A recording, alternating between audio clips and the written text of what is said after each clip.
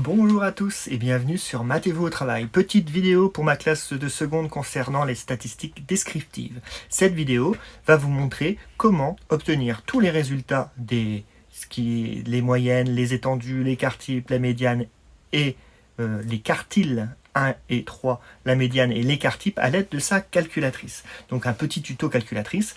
La première calculatrice que je vais vous montrer, c'est la Casio, c'est dans la vidéo qui suit. Après, il y aura la Numworks, qui est la plus simple à utiliser, et la Texas Instruments. Donc il y aura ces trois calculatrices d'un coup. Et vous pouvez avancer un tout petit peu.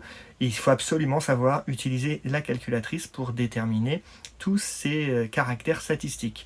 On va reprendre la feuille d'exercice qui était donnée dans le pronote avant les vacances et la calculatrice va être utilisée avec l'exercice 3. C'était un tableau qui rangeait les élèves d'une classe de seconde par rapport à leur âge, 14, 15, 16 et 17 ans.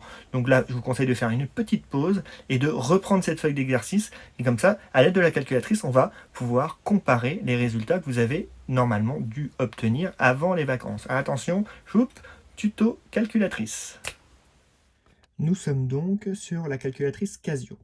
Nous allons rentrer, comme je vous le disais, le tableau de l'exercice 3 et nous allons pouvoir ainsi déterminer la moyenne, l'étendue, le premier quartile, la médiane et le troisième quartile.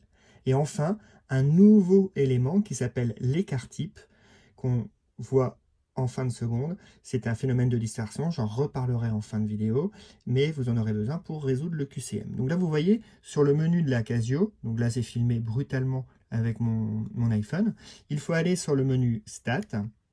Vous arrivez, après Entrée, vous arrivez en liste 1, liste 2.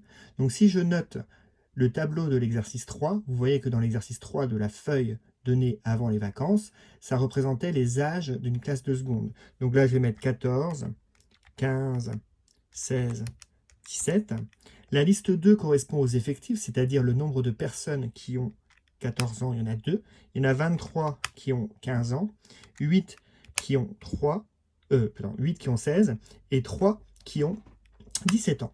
Donc là, on vient de remplir le tableau. Vous voyez ? Donc logiquement, vous avez le menu graphe, calque, test, intersection, distance. Bon, le reste et le petit F6, c'est pour aller dans un autre onglet. Mais là, on va utiliser la touche calque pour avoir toutes les données statistiques. Là, vous voyez, dans le F6, il y a SET7 pour sitting, pour le réglage. Donc là, si on clique dessus, il faut regarder que la 1 var x list, c'est liste 1. Et là, vous voyez, c'est 1 var frec 1. Là, il faut mettre la liste 2 parce que ce sont les fréquences, c'est-à-dire les fréquences d'apparition, les effectifs qui correspondent aux âges. Donc là, on va mettre F2, liste 2. Et là, vous voyez, j'ai liste 1 et liste 2.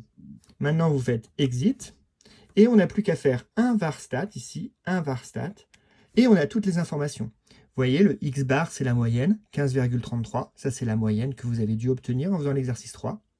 La somme des X, vous voyez, il y a un sigma X, c'est 552. La somme des X, c'est 552. C'est comme si on avait additionné tous les âges, donc 2 fois 14, plus 23 fois 15, plus 8 fois 16, plus 3 fois 17. Et on aurait trouvé 523. Vous voyez bien le petit n. Le petit n, c'est 36. Ça correspond bien à l'effectif total qui était expliqué dans le tableau. Vous voyez, en dessous, le sigma x carré, vous avez un petit sigma x ici, 0,70. Le sigma x ici, c'est 0,70. Ben là, c'est ce qui correspond à ce qu'on appelle l'écart type. Donc ça, retenez bien ça dans le tableau, c'est l'écart type. Et si je descends, on obtient le x-min, ça veut dire la valeur du caractère le plus bas, qui est bien 14, le x-max, qui est 17, comme ça on peut trouver l'étendue en faisant 17 moins 14.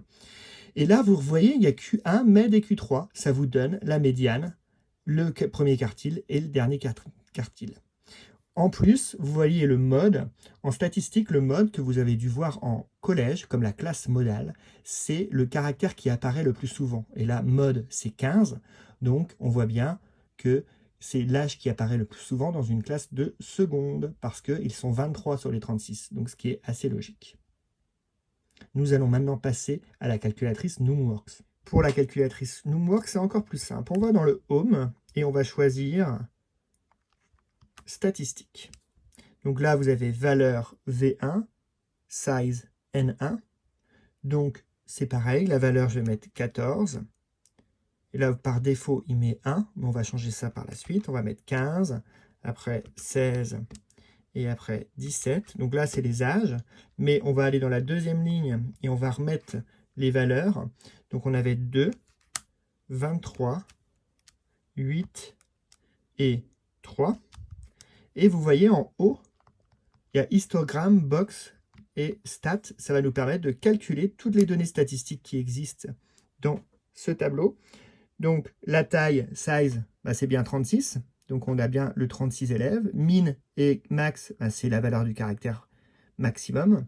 Le 15,3333, c'est ce qu'on appelle la moyenne. Vous voyez. Le standard derivation sigma, donc ça c'est le fameux écart type. D'accord? Donc la variance, on en a besoin pour l'écart type, c'est parce que l'écart type c'est la racine carrée de la variance, mais là en seconde on vous demande juste de le déterminer avec la calculatrice. Et là vous avez first quartile, third quartile, troisième, et la médiane. Et vous avez tout. Donc vous voyez, il n'y a pas de difficulté avec la Numworks. Passons maintenant à la Texas Instruments. Donc là, je suis sur la TI 83, mais ça marche exactement pareil pour la TI 82. Donc là, vous voyez, normalement, vous avez un bouton Stat. Vous allez sur le bouton Stat et vous allez éditer. Et vous retrouvez à peu près la même configuration que pour les Casio. Donc en liste 1, on met 14. Mince, pardon, je me suis trompé. On va effacer ça. 14, 15, 16, attendez, hop, et 17.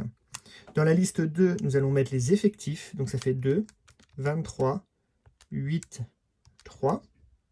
Et nous n'avons plus qu'à calculer maintenant. Donc là, on retourne sur Stat. Vous voyez, je suis retourné là-dessus. Et là, vous voyez, vous appuyez sur la flèche, ça va aller sur Calc. Et vous faites Stat 1 var. On vérifie bien qu'on a la liste L1 ici. Là, ici, il faut mettre la liste L2. Donc la liste L2, elle se trouve au niveau du 4, 5, 6. Non, pardon, du 1, 2, 3. Donc vous allez faire seconde 2 et on obtient la liste L2. On vous demande de calculer et vous avez toutes les informations. Donc le X bar, c'est 15,33, c'est la moyenne. On retrouve le 552 qui était égal à la somme des produits de 2 x 14 plus 23 x 15 plus 8 x 16 plus 3 x 17. On retrouve l'écart type. Alors l'écart type, c'est le sigma X qui est ici, 0,60. Le N effectif total. Et si on descend, on a bien le Q1, le Q2 et le MED. Et on a tout ce qu'il faut pour remplir ce tableau.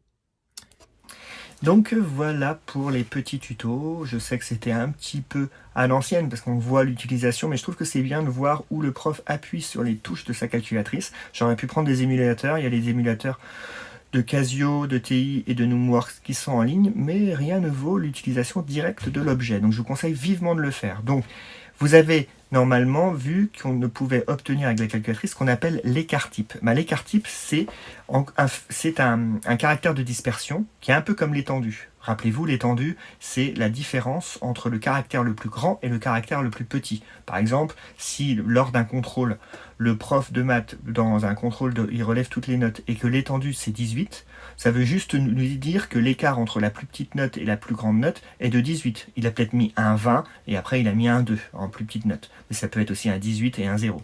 Mais ça ne nous dit pas si la classe est hétérogène ou homogène. La valeur de l'écart type, c'est un caractère de dispersion qui nous permet de dire si on a beaucoup de personnes autour de la moyenne. Si l'écart type est très petit, très petit, ça veut dire que la classe est homogène. Et si l'écart type est grand, plus l'écart type est grand, plus la classe est hétérogène. Ça veut dire que les notes sont dispersées, par exemple, lors d'un devoir. Si l'écart type est grand, ça veut dire que les notes sont vraiment dispersées entre 0 et 20 et on n'a pas une classe qui est homogène autour de la moyenne. Vous voyez, dans le tableau qu'on vient d'obtenir, dans l'exercice 3, on trouvait l'écart type 0,70, ce qui est un écart type petit, parce que dès qu'on a un écart type qui est plus petit que 1, on considère que c'est petit. Et bien là, l'interprétation de ce tableau, ça veut dire que notre caractère, l'âge, était homogène dans cette classe, ce qui est tout à fait logique. Il y avait 23 élèves sur 36 qui avaient 15 ans. Donc on est homogène dans une classe de seconde. En moyenne, tout le monde se trouve autour de la moyenne des âges. Et la moyenne des âges, c'était 15,33, donc 15 ans. Donc là, on est tout à fait logique. Voilà pour aujourd'hui, bien savoir utiliser sa calculatrice. Donc là maintenant, vous allez pouvoir reprendre la totalité des exercices de la feuille d'exercice là qu'il fallait faire et tout reprendre vos données avec la calculatrice. Et moi, je posterai en fin d'après-midi la correction de cette feuille que j'aurais dû mettre avant les vacances, mais j'ai totalement zappé. Mais comme ça, je préfère que vous vérifiez ça avec votre calculatrice. C'est très important de savoir utiliser sa calculatrice. Je rappelle que mercredi, il y aura un QCM actif sur Pronote. Tu n'es pas obligé de le faire mercredi, mais dès qu'on le fait, comme il n'y a que 6 questions, vous n'avez que 15 minutes pour le faire. Donc avec sa calculatrice et un brouillon, normalement, on a 6 sur 6 à ce QCM des statistiques. Bon, je vous dis à très bientôt. N'hésitez pas aussi à aller piocher des informations dans votre livre de maths, parce qu'il y a des informations qui sont très très bien faites, le cours à retenir, l'essentiel à retenir, si ça vous semblait pas tout à fait logique tout ce que je vous raconte, et n'hésitez pas à m'envoyer un petit message s'il y a des choses que vous ne comprenez pas. Je vous dis à très bientôt, et surtout n'oubliez pas, matez-vous au travail.